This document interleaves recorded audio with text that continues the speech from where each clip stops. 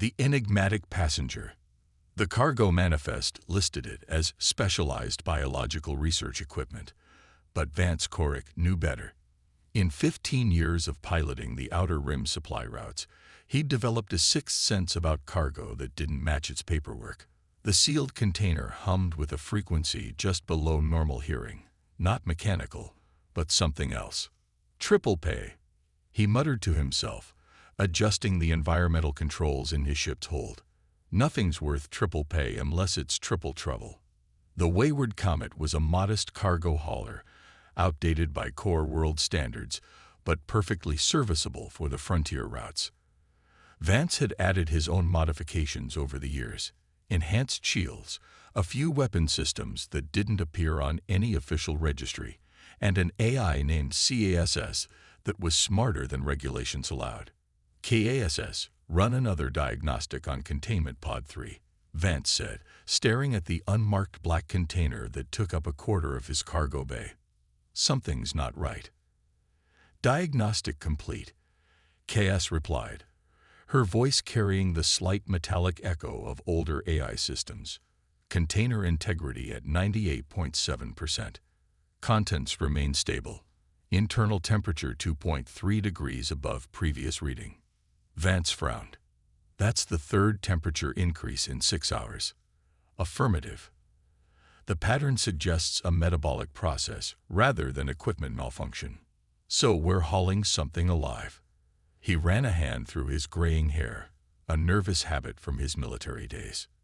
The job had come through Terrace Blackwell, a broker who specialized in legally ambiguous shipping contracts. The instructions had been unusually specific: maintain specific atmospheric conditions, follow a route that added 3 days to the journey, and most concerning, don't open the container until you're at least 2 days from any settlement. Vance had taken the job because the payment would clear his remaining debts and give him enough to upgrade the Comet's aging drive systems. Now he wondered if he'd made a mistake. KS, how long until we reach the Harrow Belt? 17 hours, 14 minutes at current velocity. The Harrow Belt was a debris field between the frontier worlds of Delphus and Saren, the perfect place to inspect questionable cargo without unwanted witnesses. It was also far enough from civilization to qualify as 2 days from any settlement. Set a course. We're going to find out what we're really carrying. Course adjusted. Arrival in 16 hours, 47 minutes. Vance made his way back to the cockpit, a compact space dominated by manual controls and holo-displays that flickered with ship diagnostics. Through the viewport, stars stretched into blue-white streaks as the Comet cruised through slip space. The communication system chimed, indicating an incoming transmission. Vance hesitated before accepting it. Unscheduled calls during transit rarely brought good news. A holographic projection appeared, showing Terrace Blackwell's face. The broker's cybernetic eye glinted in the low light of whatever station he was transmitting from. Corrick, change of plans. New drop coordinates incoming. The client is eager to receive their package. Vance kept his expression neutral. That's going to cost extra, Terrace. Rerouting burns fuel. Clients already authorized a 20% bonus. Just make the delivery without any inspection detours. Vance felt a chill. How did Terrace know he was planning to check the cargo? Standard procedure to verify cargo integrity mid-transit, Vance replied, especially with sensitive equipment. Terrace's organic eye narrowed. Don't get curious, Corrick. Not about this one. Just deliver and collect. That's all you need to do. Understood. The transmission ended, leaving Vance with a growing sense of unease. KASS, did you detect any tracking signals embedded in that transmission? Negative. However, there was an unusual data packet attached. I've quarantined it. Good. Maintain course to the Harrow Belt and run a full scan of our systems. I want to know if anything's been compromised. Scanning. Vance returned to the cargo hold, drawn by that strange humming energy emanating from the container. Standing before it, he placed his palm against the smooth black surface. It was warm, warmer than the ambient temperature of the hold, and seemed to pulse faintly beneath his touch. The sensation reminded him of his military service during the Prussian conflict, when he'd encountered Viridian technology that blurred the line between mechanical and organic. This had that same unsettling quality. "Override safety protocols," Vance said suddenly.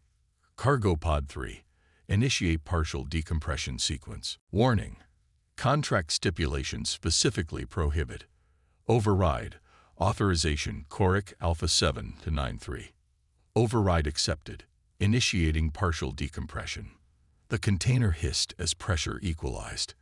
A seam appeared along the top edge, glowing faintly with a blue light.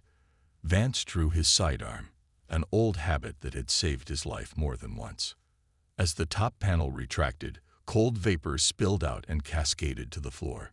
Vance stepped back, weapon raised, as the mist cleared to reveal the container's contents. Not equipment. A being.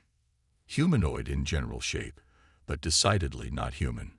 Its skin was a deep indigo that seemed to absorb light rather than reflect it, with intricate patterns of raised tissue that looked like deliberate scarification.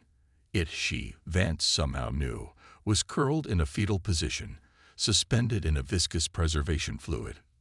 Most striking were the restraints, bands of a silvery metal wrapped around her wrists, ankles, and neck, connected by threads of energy that pulsed with a sickly yellow light.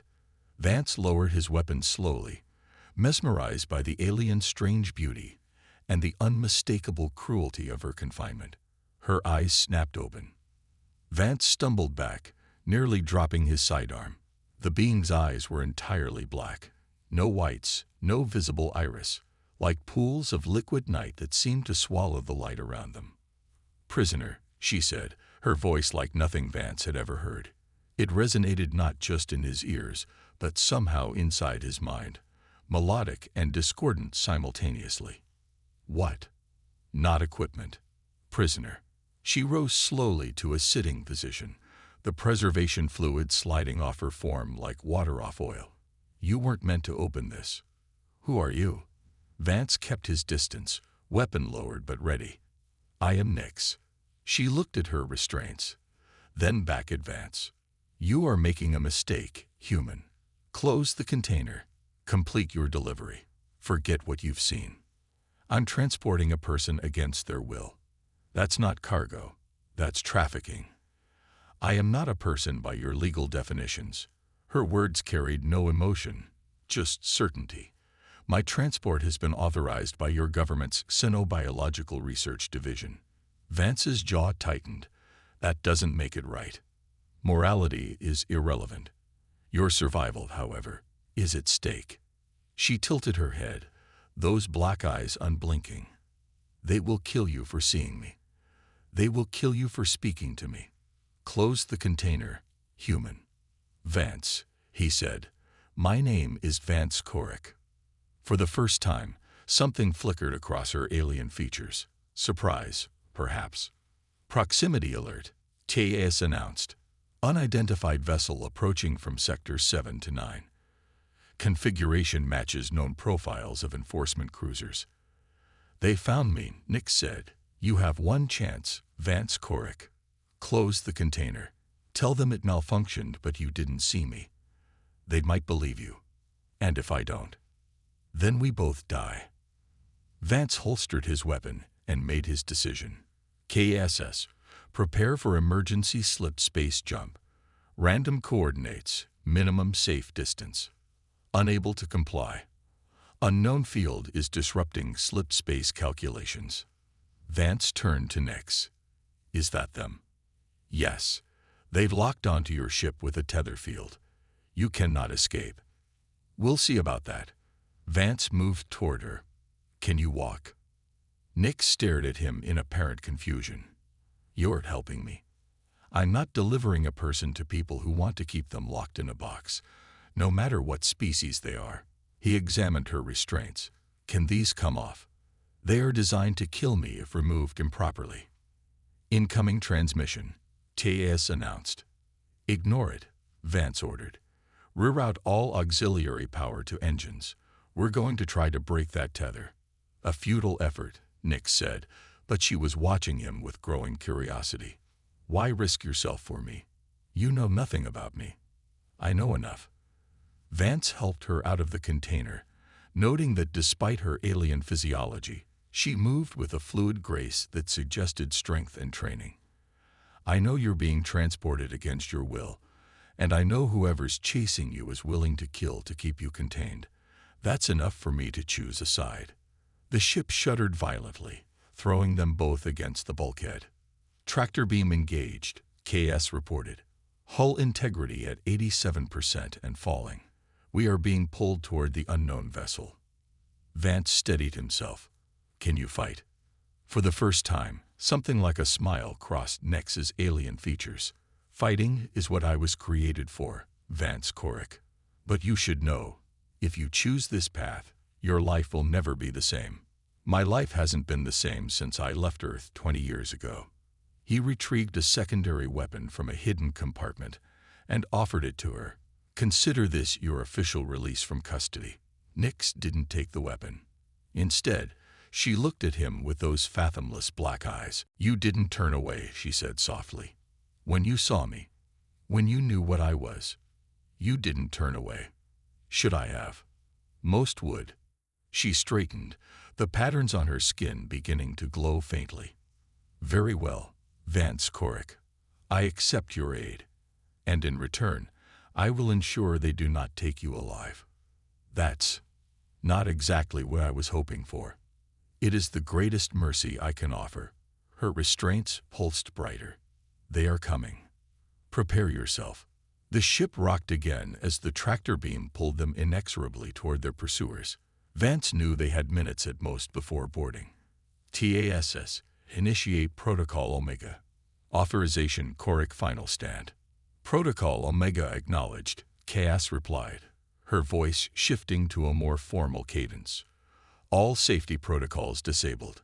Self-destruct sequence armed but not initiated. Awaiting final command. Nix's eyes widened slightly. You would destroy your ship. Only as a last resort. Vance checked his weapon. But I'm not becoming someone's lab experiment, and I'm not letting them take you back to wherever you escaped from. I did not escape, she said, her voice suddenly distant. I was sent. Before Vance could ask what she meant, the ship lurched violently. Hull breach imminent, TAS warned. Unknown entities attempting to access airlock systems. Vance moved to the cargo hold door. Then let's give them a proper welcome. Nix watched this human, this Vance Corrick, with growing fascination. In all her years of captivity, no one had ever simply chosen to help her, especially not after seeing her true form. Yet here he stood, defiant and determined, though he must know the odds against them were overwhelming. Perhaps there was more to these humans than she had been taught. The ship's lights flickered as the boarding sequence began. They're coming, she said, the patterns on her skin glowing brighter as she prepared for what was to come. You should know, Vance Corrick, that your choice today has consequences far beyond this ship, far beyond either of us. Story of my life, he replied, and though his voice carried tension, she detected no fear, only resolve. I'll worry about consequences after we survive. As the airlock began to cycle, Nix made a decision of her own. This human had shown her something rare, compassion without requirement, aid without agenda. Perhaps he deserved to see what she truly was. When the moment comes, she said softly, do not turn away. Vance nodded, not understanding but accepting. The airlock doors slid open, revealing armored figures wielding weapons that no frontier pilot should ever have encountered. The battle for the wayward comet had begun. Hunters in the void. The first attacker through the airlock died before they could raise their weapon. Vance's shot caught them in the seam between helmet and chest plate, a lucky hit against military-grade armor. The second and third invaders were more cautious, using the doorframe as cover while they assessed the situation. We have a containment breach, one of them shouted, voice distorted by their helmet's communication system. Primary asset is exposed. Switch to capture protocols. Vance ducked behind a cargo container as energy weapons discharge, filling the hold with the acrid smell of superheated air. KSS, initiate emergency venting sequence in Section 4. Acknowledged. Depressurizing Section 4 in 3, 2, 1.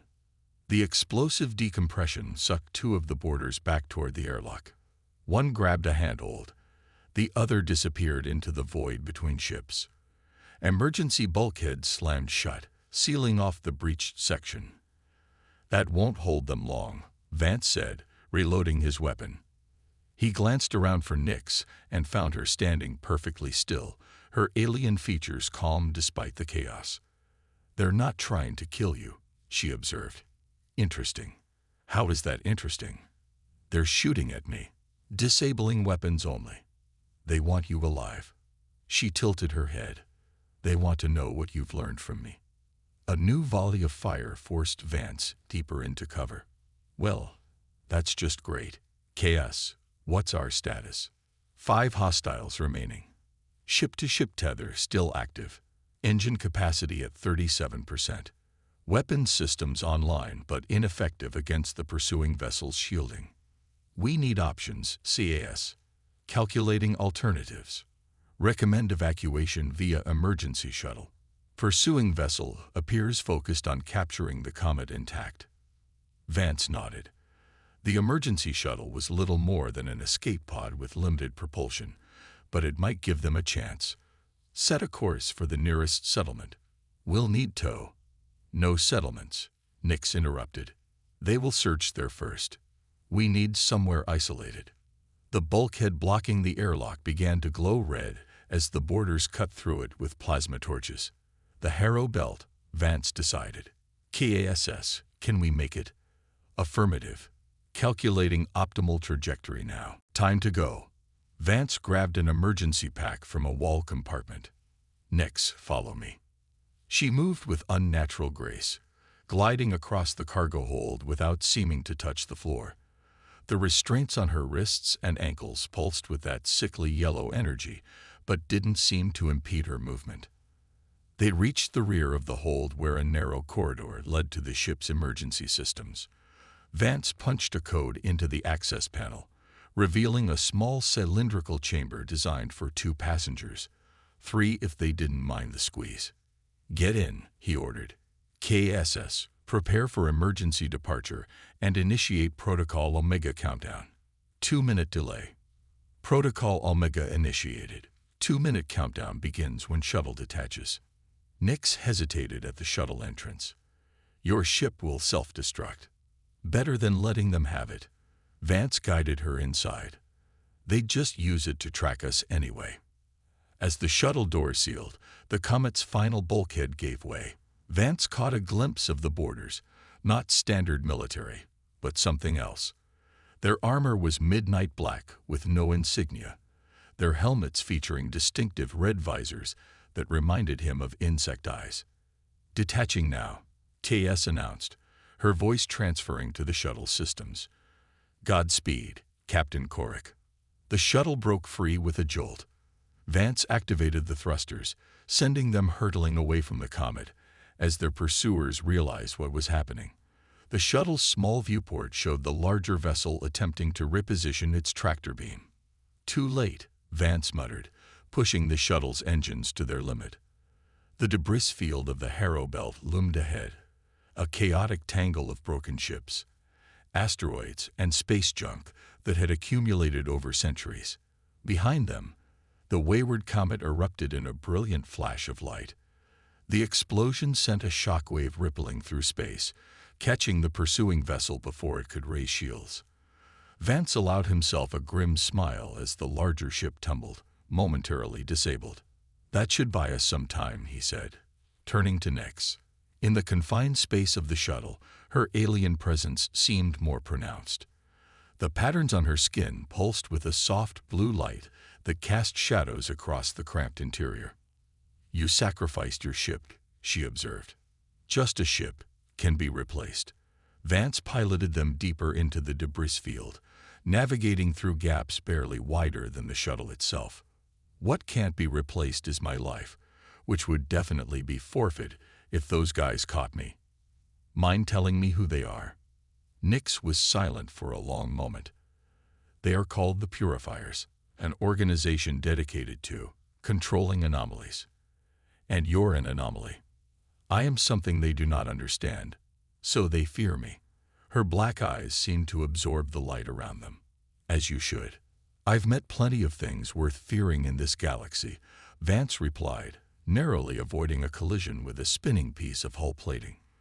Most of them weren't in restraints when I found them. These are not to protect me from others. She raised her shackled wrists. They are to protect others from me. The shuttle shuddered as a piece of debris scraped along its hull. Vance cursed, adjusting their trajectory. TASS, scan for a safe place to set down. We need somewhere to lay low until we can figure out our next move. Scanning. Detecting a stable planetoid at coordinates 227 to 45,893. Former mining outpost, abandoned approximately 47 years ago, according to colonial registry records. Atmosphere thin but breathable. Good enough. Plot a course. As they traveled deeper into the debris field, Vance became aware of a subtle change in the shuttle's environment. The temperature had dropped several degrees, and the air carried a faint metallic taste. He glanced at Nix, who sat with her eyes closed, the patterns on her skin glowing brighter. "What are you doing?" "Masking our energy signature," she replied without opening her eyes. "The Purifiers have tracking technology that can detect the unique radiation emitted by their restraints. I am redirecting it." "You can do that. Then why didn't you escape before?" "The restraints limit my abilities. I can perform small manipulations, but nothing significant. Nothing that would allow me to free myself." She opened her eyes, fixing him with that unnerving black gaze, and freedom was not my goal until now. "What does that mean? If you weren't trying to escape, why were you being transported?" Before she could answer, warning lights flashed across the shuttle's console. A massive section of debris had broken free from the belt's gravitational web and was tumbling directly toward them. "Hold on." Vance yanked the controls, sending the shuttle into a steep dive. The debris, an entire ship's engine housing, missed them by meters, but the maneuver sent them careening toward a dense cluster of asteroids. Vance fought with the controls, but the shuttle's limited maneuvering thrusters weren't responding quickly enough. They were going to crash. KS, emergency landing protocols. Warning. Collision imminent. Braced for impact. Vance reached for the crash restraints, but before he could secure himself, Nix moved with impossible speed. Her arms wrapped around him, pulling him against her as the shuttle smashed into the surface of the planetoid. The impact should have killed him. The shuttle's front section crumpled like paper, the viewport shattering as they skidded across the rocky terrain. Yet Vance felt oddly cushioned, as if the forces tearing the shuttle apart couldn't quite reach him. When the shuttle finally came to rest, Vance found himself still in Nix's embrace, her body positioned between him and the worst of the wreckage. The restraints on her wrists and ankles glowed white-hot, and her indigo skin had taken on a translucent quality, revealing something else beneath, something that shifted and flowed like liquid metal. "You're hurt," he said, noticing a viscous blue fluid seeping from a wound on her shoulder. "It is nothing." She released him and moved back, her form solidifying again into its humanoid shape. "Your ship's intelligence, is it still functioning?" Vance checked the shuttle systems. Most were offline, but a small indicator light still showed KS's core processor was active. "CASS, status report." "Systems, compromised." KS responded, her voice distorted by damaged speakers. "Emergency protocols, active. Detecting pursuit, vessels. ETA, 17 minutes. "They're still coming," Vance muttered. "How did they find us so quickly?" "The impact may have momentarily disrupted my masking efforts," Nix said. "We need to move. This place is not safe." Vance gathered what supplies he could salvage from the wreckage: a medkit, emergency rations, his sidearm, and a portable atmospheric filter. The planetoid's thin atmosphere wasn't immediately lethal, but prolonged exposure would strain human lungs. Key ASS, can you transfer to my portable unit? Partial. Transfer. Possible. Core functions. Only. Do it. We need your navigation at least. As CASS transferred a portion of herself to Vance's wrist unit, he turned to Nix. Can you walk? Yes. She rose fluidly, seemingly unaffected by the crash. There is a structure 2 kilometers east. Former mining facility. It may provide shelter and resources. How do you know that? I can sense the residual energy patterns. Metal. Machinery. Power sources, though dormant. Vance didn't question further. They emerged from the wreckage into the dim light of the planetoid's perpetual dusk. The landscape was stark, jagged rock formations thrust up from a dusty plain, their surfaces etched by centuries of micrometeoroid impacts. The horizon curved noticeably, a reminder of the planetoid's small size. They set off toward the mining facility, moving as quickly as the uneven terrain allowed. Vance watched Nix navigate the alien landscape with perfect confidence, her movements precise and economical. Despite her restraints and injuries, she showed no sign of fatigue or discomfort. Those people, Vance said after they'd been walking for several minutes. The purifiers. You said they control anomalies. What does that mean? They believe the universe follows specific rules, Nix replied. Anything that defies those rules threatens the natural order. They seek to contain or eliminate such threats. And you're a threat. My kind exists partially outside what you would consider normal spacetime. We perceive reality differently, interact with it differently. She looked at her restraints. These limit my connection to that aspect of my existence. So you're what? Some kind of interdimensional being. That is a simplification, but not entirely inaccurate. She paused, head tilted as if listening to something Vance couldn't hear. They're coming. We must hurry. They increased their pace, cresting a ridge that revealed the mining facility, a collection of dome-shaped structures connected by enclosed walkways, partially buried in the planetoid's surface. Most appeared intact, though long abandoned. Warning. TAS announced from Vance's wrist unit. Detecting multiple atmospheric entries. Pursuit vessels have arrived. Vance looked up to see 3 black shapes cutting through the planetoid's thin atmosphere, their engines leaving trails of superheated gas. Inside, quickly, he urged Nix toward the nearest structure, an airlock that had been forced open decades ago and never properly sealed. They slipped inside, finding themselves in a dusty corridor lit only by emergency backup systems that had somehow maintained power after all these years. Vance sealed the door behind them as best he could, then followed Nix deeper into the facility.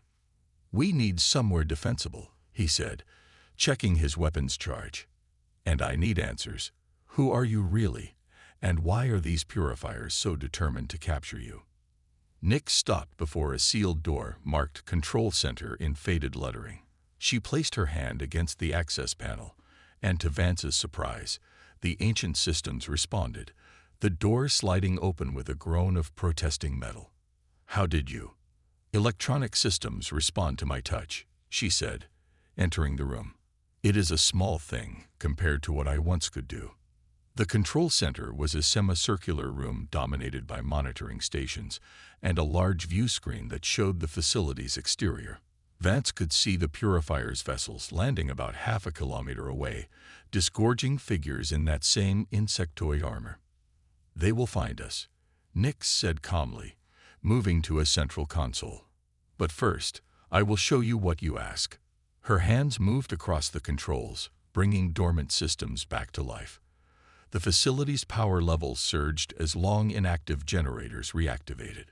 What are you doing? Vance asked, alarmed. Creating a diversion and answering your question.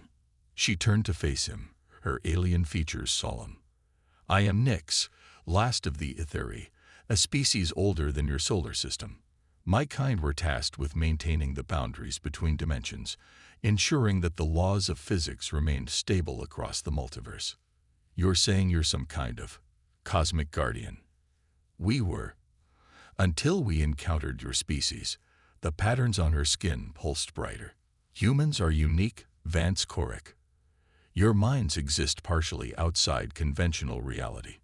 You imagine things that cannot be, then bring them into existence. You defy prediction. You create chaos. On the view screen, the purifiers were advancing toward the facility, weapons ready. My people saw humanity as a threat to cosmic order. They intended to remove you from the equation. I disagreed. Her black eyes held his. I believe your species deserved a chance to prove its worth. For that heresy, I was captured, restrained, and sentenced to witness humanity's final days. Final days? What does that mean? The purifiers are not my enemies, Vance. They are my jailers. They work for the remnants of my kind. They were transporting me to the place where I would witness the implementation of the Ethereist final solution for humanity. The facility shuddered as the first explosions hit the outer structures. What solution? Vance demanded. Extinction. Nix's voice was barely a whisper, but I have seen enough to know my people are wrong. Humans like you, who help without agenda, who show compassion even to the alien and unknown, deserve to survive. She looked down at her restraints, then back at Vance, her expression resolute. You didn't turn away when you saw me. Now I must ask you to look again, to see what I truly am. If you still do not turn away, then perhaps there is hope for both our kinds. Before Vance could respond, the facility rocked with another explosion, closer this time. The purifiers had breached the outer defenses. We need to move, he said, checking the view screen, which showed armored figures entering the western section of the facility. Yes, Nix agreed. But first, you must make a choice. She held out her shackled wrists. These restraints can only be removed by someone who does not fear what I am. Someone who accepts the unknown. If you remove them, I can save us both, but you will see me as I truly exist, and few minds can comprehend that without breaking. Another explosion, closer still. Alarms blared throughout the facility. Or, she continued, we can continue to run, and hope that your human ingenuity finds a way out of this trap. Vance looked at the view screen, then at Nix. In the short time he'd known her, she had saved his life twice, yet had never requested his help, even when imprisoned. Whatever she was, whoever she served, she had shown him more honor than most humans he'd encountered. Show me, he said, reaching for her restraints. Show me what you truly are. Truth and transformation. Nix's restraints responded to Vance's touch in a way they hadn't to hers, the metal warming beneath his fingers as he examined them. No visible locks or seams marred their seamless surface, yet somehow he knew they would open for him if he willed it. How do I? Intent is the key, she said quietly. They are designed to respond to conscious choice, a safety mechanism to prevent accidental release. You must genuinely desire to free me, understanding the consequences. Another explosion rocked the facility. On the view screen, purifier troops were methodically clearing rooms, moving with the precision of elite military units. We're running out of time, Vance said, his hand still on her restraints. Yes, but your choice must be made with full knowledge. Nix's black eyes seemed to deepen, becoming wells of infinite darkness. If you free me, you will see what few humans have seen and remained sane. My true form exists across multiple dimensions simultaneously. Your mind will attempt to process this as best it can, but the experience may be overwhelming. Will it kill me? No, but you may wish it had. Vance took a deep breath. From the corridor came the sound of armored footsteps and the hiss of doors being forced open. The purifiers were close. I've seen a lot of things in this galaxy that defied explanation, he said, his voice steadier than he felt. One more won't break me. Your confidence is admirable. But know this, once I am free, I cannot return to this confined form until the danger has passed. You will be traveling with something your human senses were never designed to perceive. The door to the control center shuddered as something heavy impacted it from the other side. Better than traveling with those guys, Vance decided. Do it. Nix nodded once. Focus your intent. Will the restraints to release. Vance concentrated, imagining the seamless bands opening, freeing her from their control. For a moment, nothing happened. Then he felt a subtle shift beneath his fingers, as if the metal itself was responding to his thoughts. The restraints began to glow, their color shifting from yellow to a brilliant white blue. Hairline fractures appeared along their surface, spreading like frost across glass.